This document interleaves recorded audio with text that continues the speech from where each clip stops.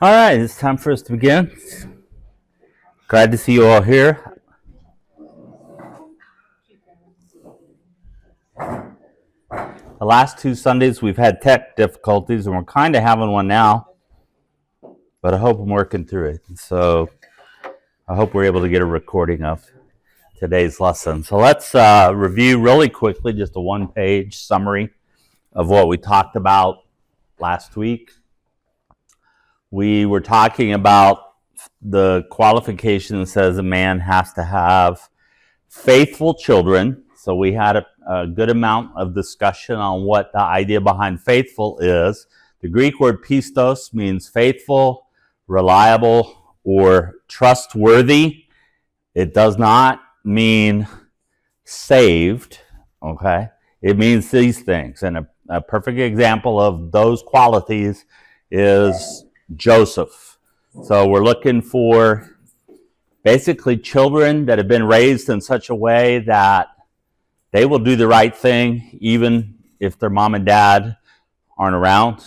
For example, when they go to school or when they're out with their friends or whatever, they can be expected to follow the principles that they were raised with. And no text, none of the verses in the scriptures say all of anyone that wants to serve as an elder. It does not say that all their children have to be faithful anywhere. And basically, like I just said, they're emphasizing the character of a man's children. Do they show evidence of a godly influence in the home? Okay? And this is the underlying reason. If a man does not know how to rule his own house, how will he take care of the church of God? Okay? Any final thoughts or anything occur to you in the week since we talked about that? Anyone have a vision in the night that gave you all the... Over the years, you've had occasions where an elder has been asked to step down because his adult children, even maybe adult children well into their 30s and 40s, have left the faith. And I've always questioned that with the ending there is it talks about his ability to manage his own household. And somebody that 20 years later or 5 years later after they've left a man's household, that's certainly not the primary. That's right. And we talked about that a little more in depth 2 Sundays ago.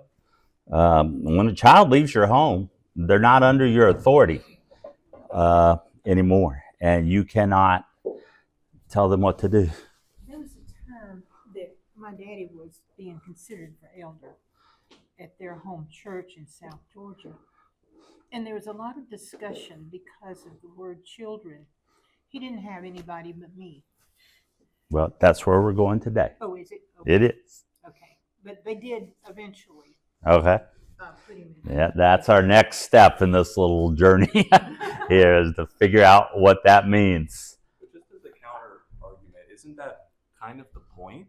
That that's what you're showing evidence of, that you have brought these kids up and they stay the course? You just mentioned that when they're not under your eye, they're doing what they're supposed to do. Isn't that just an extension of that idea?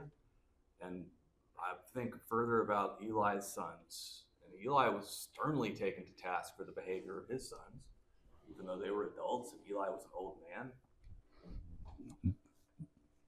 But do we have enough information to say that that was not something that began when they were more under his control?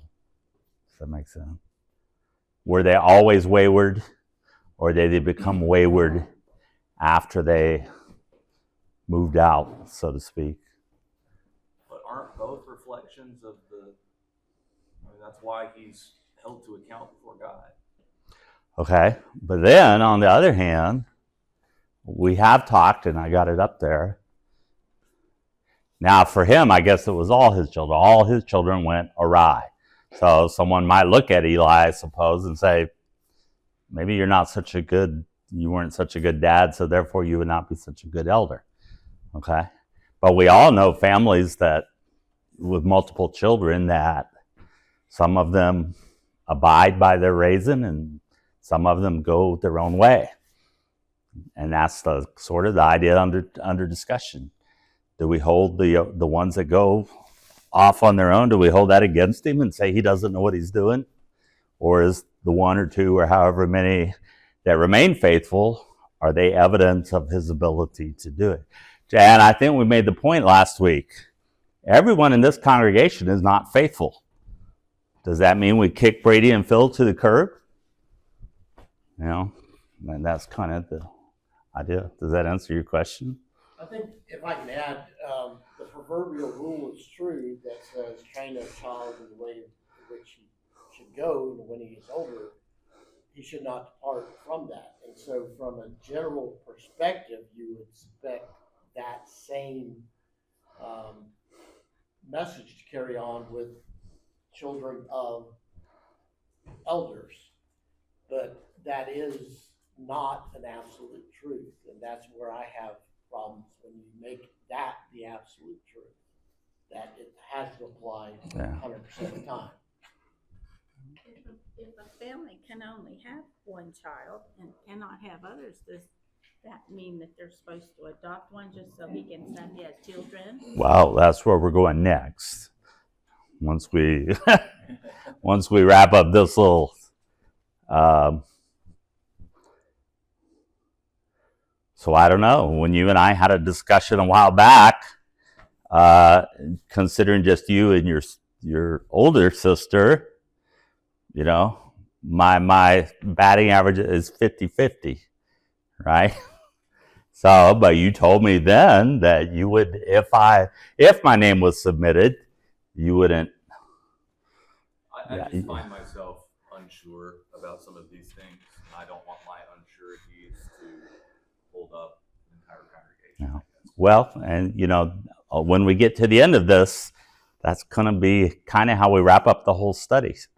You know, how do we resolve these like that? Whereas one person is sure, one person is not sure. And part of the reason I feel unsure is because the second article that you sent out, the long one, you know, this word is applied to the wife as well, further down in the passage. We don't have this kind of discussion when it comes to the wife, but it seems really hard in my mind to think that we would be considering a man for the eldership if his wife was, maybe she's faithful to him as a wife, but not faithful to the Lord. It just seems we wouldn't even question. We wouldn't even come into your mind to think of that person. It just seems like I just don't want us to fall into a situation of, what's the term? But in that case, though, he's only allowed to have one of those. Right. You know, she's not leaving his household, so that's a big distinction. Yeah. She's always going to be part of his household as long as she's alive and he's alive. So that's a gigantic distinction. Yeah. I guess to that end, I wonder if this is something that Kelly and I talked about. I wonder if we're dealing with culture issues as well in some of these discussions, because there wasn't. I know that the language says, "For this reason, a man shall leave his father and mother, cleave to his wife." But there wasn't as much the concept of just leaving. You were still in the house of you can put your tent next door. Yeah, right. you look at in Nehemiah, like this one of the ones that came to my mind. You see these fathers with their adult sons building the wall together, and families would take sections of it, and there's this mentality of the house of so and so, and so you never really, to be apart from your family would have been a bad thing, a horrible thing. Something's gone wrong. Right. It was more communal than it is today. And for in sure. that sense, I think that's one of the reasons why a wayward kid would reflect so poorly, because to prove that your house is not in order. But we're dealing with a little bit of apples and oranges, I think, is in terms of how we necessarily conceive of these types of things. Well, I do think that the cultural piece factors in, makes it harder sometimes to assess these sorts of questions, because oftentimes, how are we to know, say a man had children, 20 years ago in his household, but they've lived in California ever since? It makes it it makes it hard where you could, anybody that remembers anything about that rearing may be long gone by the time he's, there's a question about him. So that's one factor. And I think right now, at least, I may not hold to this by the end of this study, but I think right now my response to that would be, and we talk about this when we talk about benevolence and helping others and stuff, we're sometimes so paralyzed. We're so scared of doing the wrong thing that we do nothing, right? And a lot of congregations, I think I said this when we began this study, they put rules and standards in place for this that God didn't put there. And when it comes to elders, we make the standards almost impossibly harder than they are sometimes. And therefore, a congregation sits around with no elders because they want everything to be absolutely perfect. Right. I think in my opinion right now, at least in those cases, we make the best decision that we can. And if something, just like, if we gave money to somebody standing on the side of the road with a sign, maybe they'll go buy alcohol with it and get drunk. Maybe they won't. Maybe they'll actually buy food like they say they want.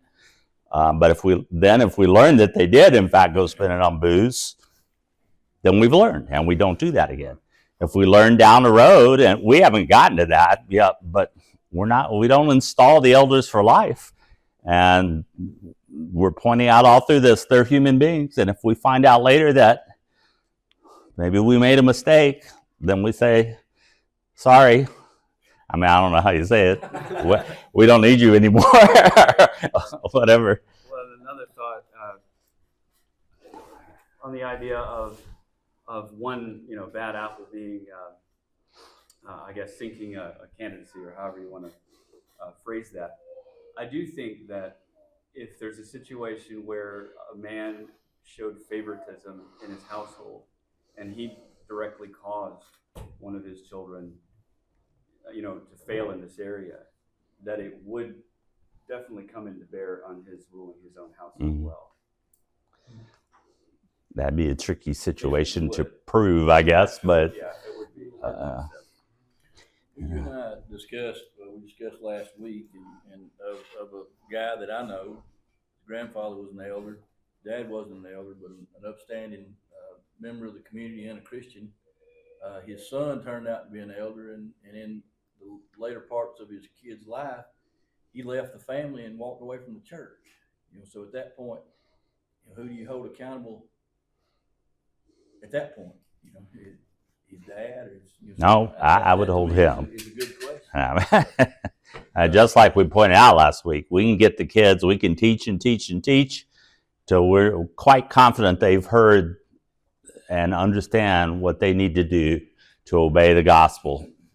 We cannot force them under the water. And go ahead. Sorry, go ahead.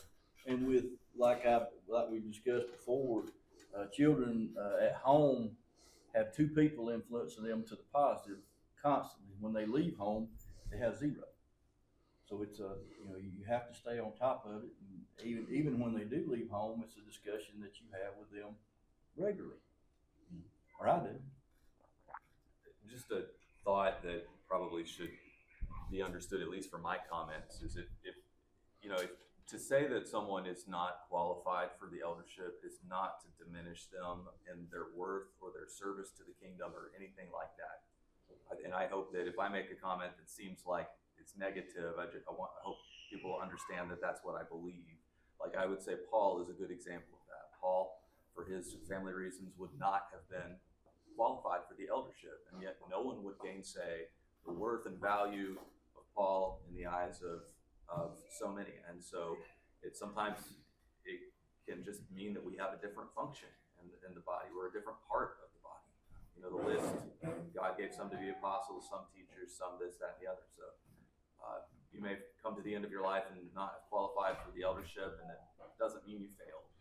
Right. And the point that we've made throughout is these standards are certainly not just for men seeking the eldership, but except for a couple of very specific ones, they're for all Christians that are seeking to improve their walk with God. And a congregation needs that, you know. We need older men who may not serve as elders, but they've worked on those standards and polished those standards. We need older women that have strived for those standards as well. And, the congregation will benefit from that. By the way, I think they're chasing Riley out there. All right. Now, let's talk about children. Now, I'm actually going to present, because I think it's important in this particular, the faithful concept, there were two schools of thought, but I thought the other school of thought was not strong enough to share it with you. This next part, what does children mean? How many does that mean? I think the discussion is worthy enough to at least share and let you make up your mind about it. So the question is, can a man with only one child serve as an elder? That was one of the questions that I put out on the little survey when we began this class. At the time, 16 people had answered, and one person, or the wording of the question was, a candidate for the eldership must have more than one child. I think that 12.5% represents one person, if I remember correctly. So one person at the time thought that was true, and 15 thought that was not. I'm just reminding you of what the feeling was at the time, and now we'll have the discussion. And if I were to give the survey again, I'm not going to, but it'd be interesting to see how the results change, if they do. All right.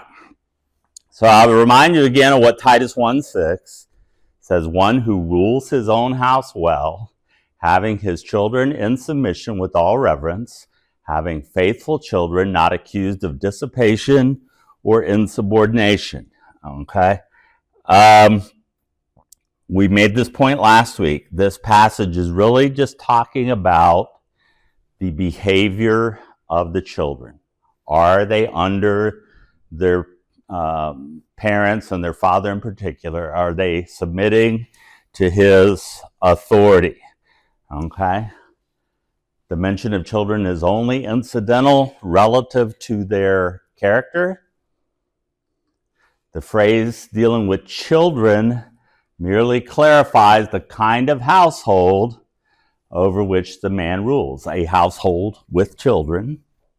Okay? And is it in disarray? Are the children genuine believers? And again, remember last week we said young children believe in God, but that's not the same as, taking that final step into becoming a Christian. Lex and Gray, Amara and Gwen, I'm sure if you asked all four of them, do you believe in God? Their answer would be yes, right? They don't have the maturity and development yet to know everything that means, but they believe that God exists. Okay.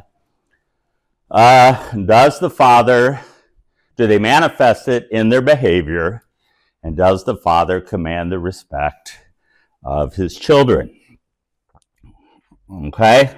It's not the size of his household that's under consideration, right? It's just describing a household with children. It's not focusing, though, on size. It is focusing on the behavior and the character of those children. Does that make sense? Okay. So, simple question is, does a father, a mother, and a child constitute a house? Has anyone here ever done any census work? Anybody ever volunteered to go count the census? No. We've all coached ball. We can imagine how that census is going to go. Well, I'm certain that I can't remember. I think the last one we got was by mail. No one actually came to the door. And I've kind of written over that information to put something else in its place, but pretty sure that, there was a question on there to count the children in your house. If you only had one child, to be accurate, you need to put the one child down. Now, here's sort of the tricky part of the argument. I find myself feeling two different minds on this point. Well, the statement is true, I think. Nowhere is it insinuated in Scripture that a man with 2 or more children is a more competent leader than a man with 1 child. Now, the statement is true, but here's the opposite view of that. And I told you I would share the opposite view. Does the requirement of having more than 1 child make sense? This person believes the answer is yes. The purpose of requiring children is to demonstrate the ability to manage the church. As parents of multiple children will tell you, no 2 children are alike. Just because you are successful in raising 1 child doesn't mean you can handle a variety of children. It makes sense that an elder demonstrates his ability to handle a variety of personalities in his household because he will have to do so in the church. All right, let's practical application. How many of you have more than 1 child? Okay. How many of them was your child raising experience for the subsequent children after the first one? How many was it exactly the same? No. How many of you had a child or children, depending on how many you have, that were more challenging than others? Okay? So, in a practical manner of speaking, this opposing view does make some sense.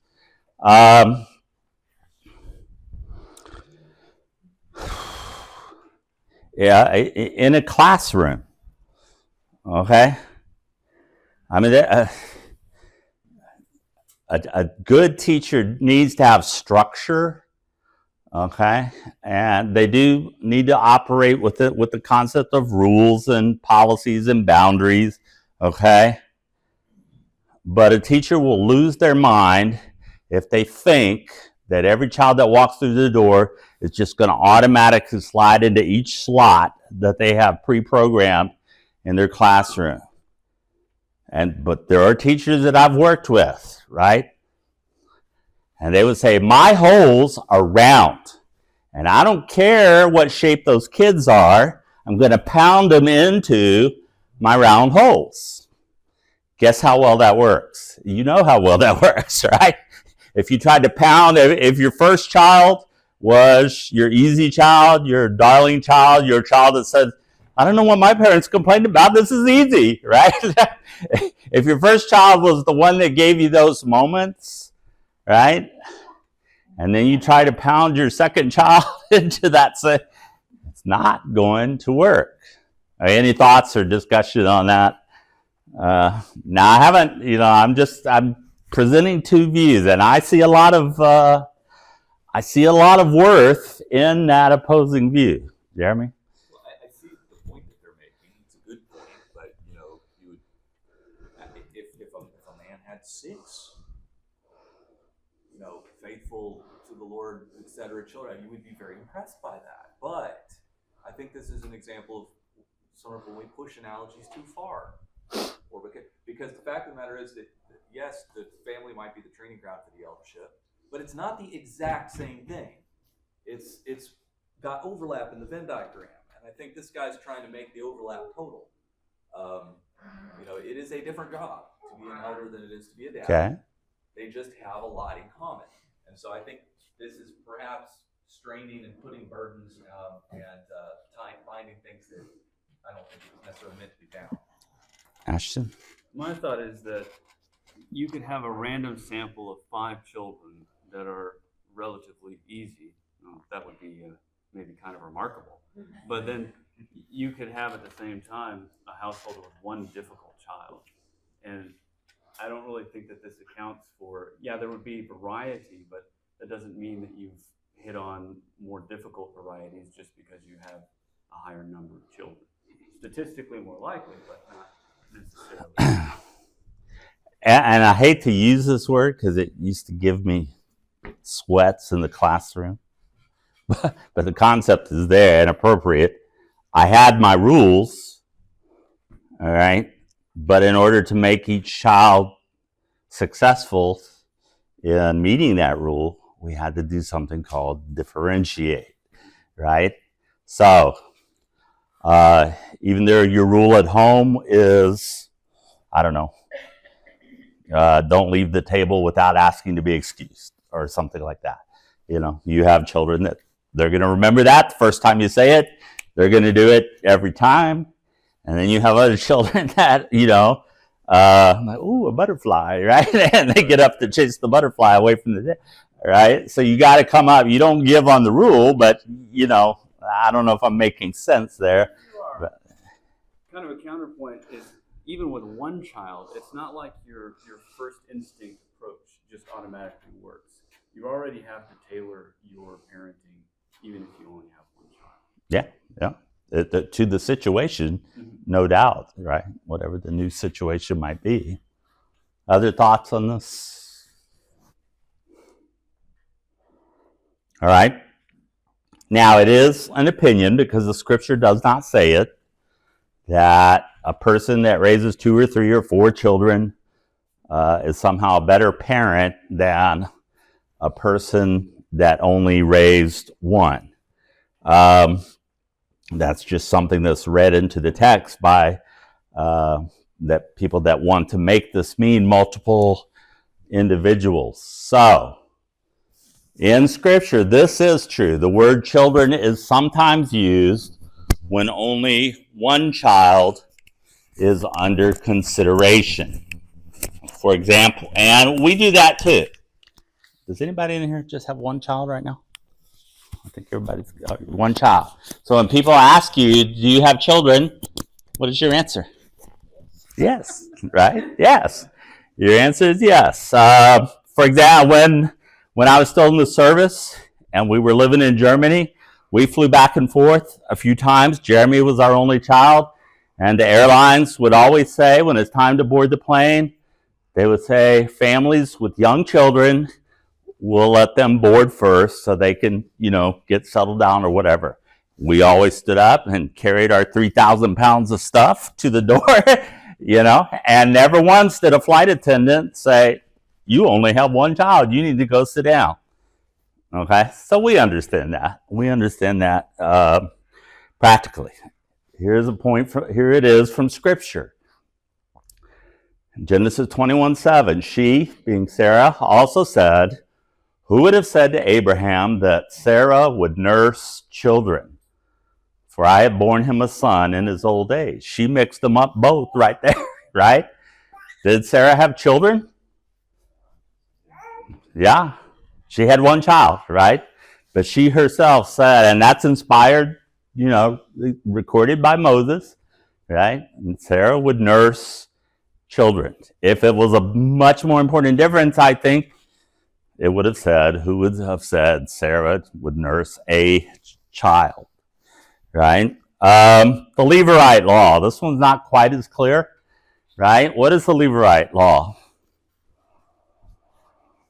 Anyone remember? Okay. Under the old law, if a man was married and he died before he had any sons, okay, then it was his brother's, his next brother, obligation to marry his wife and produce a male child so that his name would not disappear. His lineage would not disappear. Okay, and the Pharisees asked Jesus about that. In Matthew 22, they said, Teacher, Moses said that if a man dies having no children, his brother shall marry his wife and raise up offspring for his brother. Of course, they were trying to make a more ridiculous point. Deuteronomy, where it comes from, says, if brothers dwell together and one of them dies and has no son, the wife of the dead man shall not be married outside the family to a stranger. Her husband's brother shall go into her and take her as his wife and perform the duty of a husband's brother to her. And the first son whom she bears shall succeed to the name of his dead brother, that his name may not be blotted out of Israel. After that first son is born, he had no further obligation to keep producing more children. Okay, now, that one's not as clear as other. This one's a little more clear. Paul said, fathers, do not provoke your children to anger, but bring them up in the discipline and instruction of the Lord. So those of us that had multiple children, when we had just the one, could we make them as mad as we wanted to? Huh? So you can make them mad separately, but not when they're together. All right, so you see the point, yeah? You and this is what the point, the plural does not forbid the singular application. Okay? If you only ever have one child, you're still not supposed to provoke them to wrath, even though there's only one of them, but Paul used the plural there. All right, and now, probably the clearest one of all is the instructions about widows.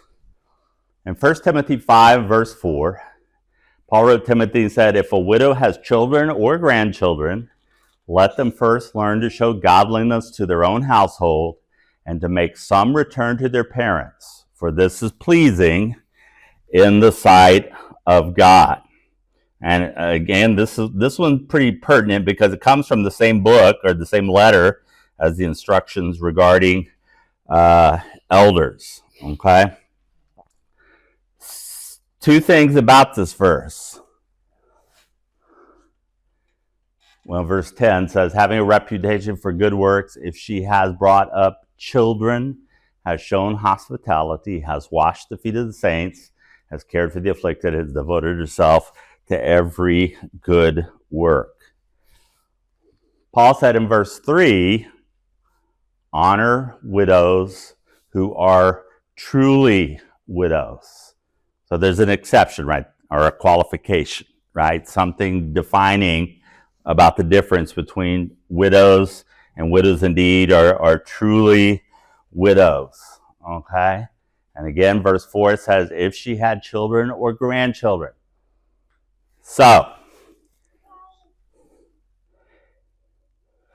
if a widow had a husband and just one child, and they both precede her in death, is she truly alone? Yes. Yes. If she is a widow and she has a child, is she alone? No, she's not. She's not. Okay? The scriptures use the term children, again, to refer to offspring without any reference to the number of offspring. So, if a woman meets all the other qualifications of the widow indeed, but she has a child, then she is not, according to what Paul said, truly a widow. The child's responsibility is to take care of his or her mother. Okay? Does that make sense? So even one child keeps the responsibility on the family rather than on the church. Does that make sense?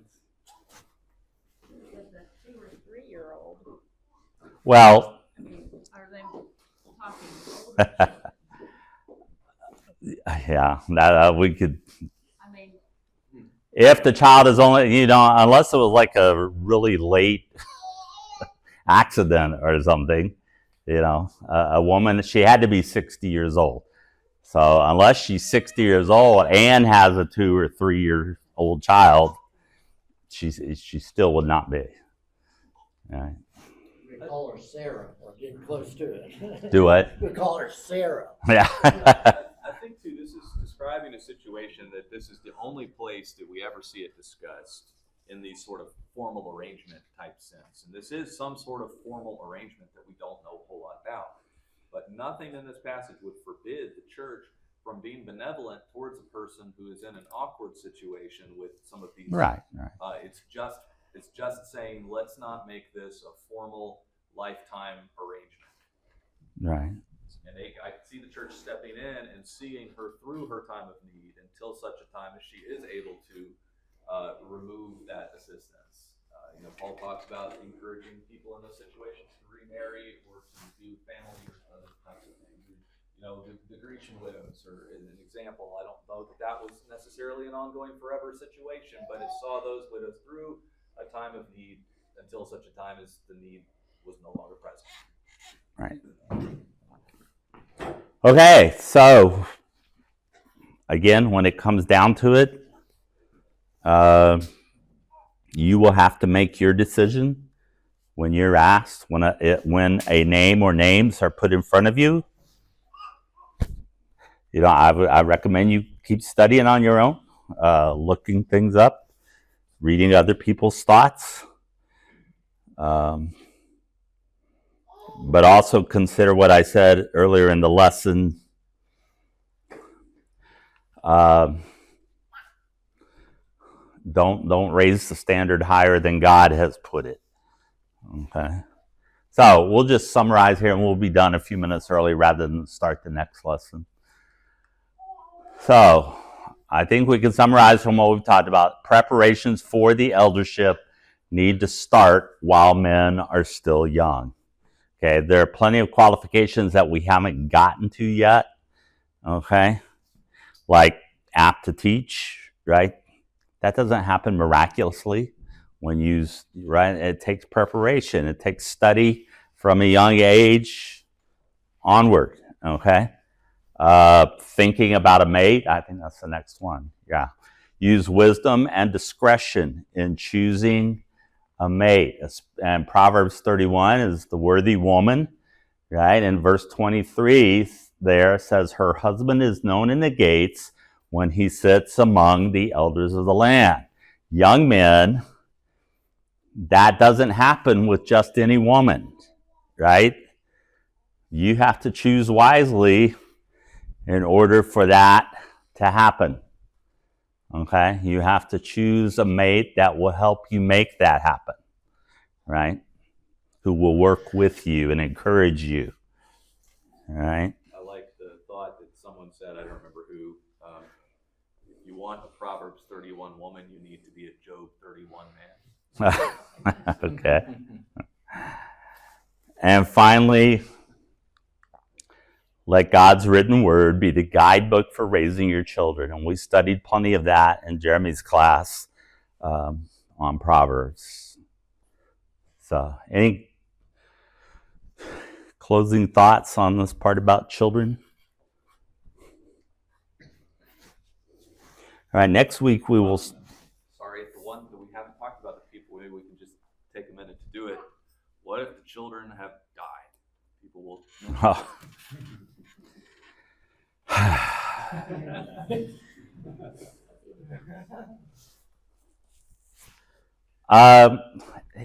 Here's my personal belief, and this is not meant to be a political thing, but we just had an example of this. Donald Trump wanted Matt Gaetz to be his attorney general, and a big hoopla exploded. And Matt Gaetz, whether by design or whether his own choice, he said, the hoopla is too much distraction from what President Trump wants to get done. Therefore, I resign. Me personally, if I was in that situation, I would have to say to myself, is forcing the issue going to help the church or hurt the church? If I have people that are clearly have a firm belief that I don't have children anymore, how is the church going to benefit? Keeping in mind again that the church could still, if I've prepared myself to be an elder, the church is still going to benefit from my preparation, whether I actually step into that role or not, aren't they? I mean, we will all agree on that. So at that point, I believe that I would have to say, I would have to weigh it carefully and say, will the church benefit if I push this? Same as with a marriage, like the second marriage, or people perceive that my children weren't faithful or aren't faithful. Anything really is how I would look at it. Do you have a different thought? I just think that, especially if a man is already in the position of the eldership, and like a Job thing happens, and like the roof falls and squishes all his kids, then does he necessarily? I don't know. I think that he has shown forth what the qualification was meant to show. Would you hold the same thing if his wife died? That's a trickier one. Yeah, I have a thought Ashton. there. I do think you don't necessarily need support from your children in order to function well as an elder, but a case could be made that you're certainly a lot better off if you have the support of a wife. Right. It's obvious, but when someone asks me, do I have grandchildren, I certainly include Ellie in my response that yes, I have grandchildren. Ellie still lives. She just doesn't live here on this earth. Right. So again, these are things that each one of us is going to have to think about.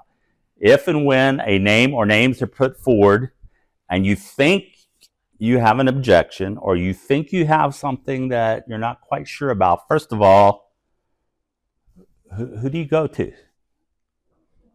You go to the person, right?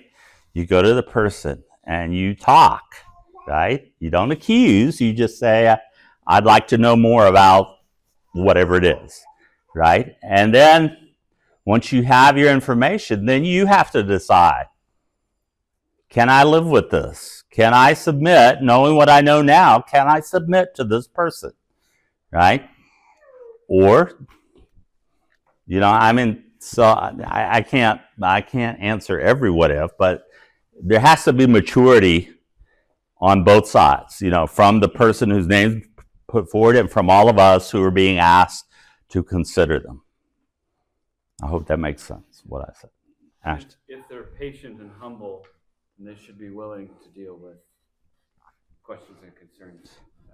All right. And maybe the candidate says, this isn't the right time right now. This person has legitimate concerns so that I cannot satisfy right now. So for the benefit of this person and the benefit of the church, I'll wait. I'll wait till next time or whatever. Okay. All right. So next week we will start talking about the elder's reputation. I think that's it. Or what does the lesson say? Yeah, the elder and his reputation. Thank you.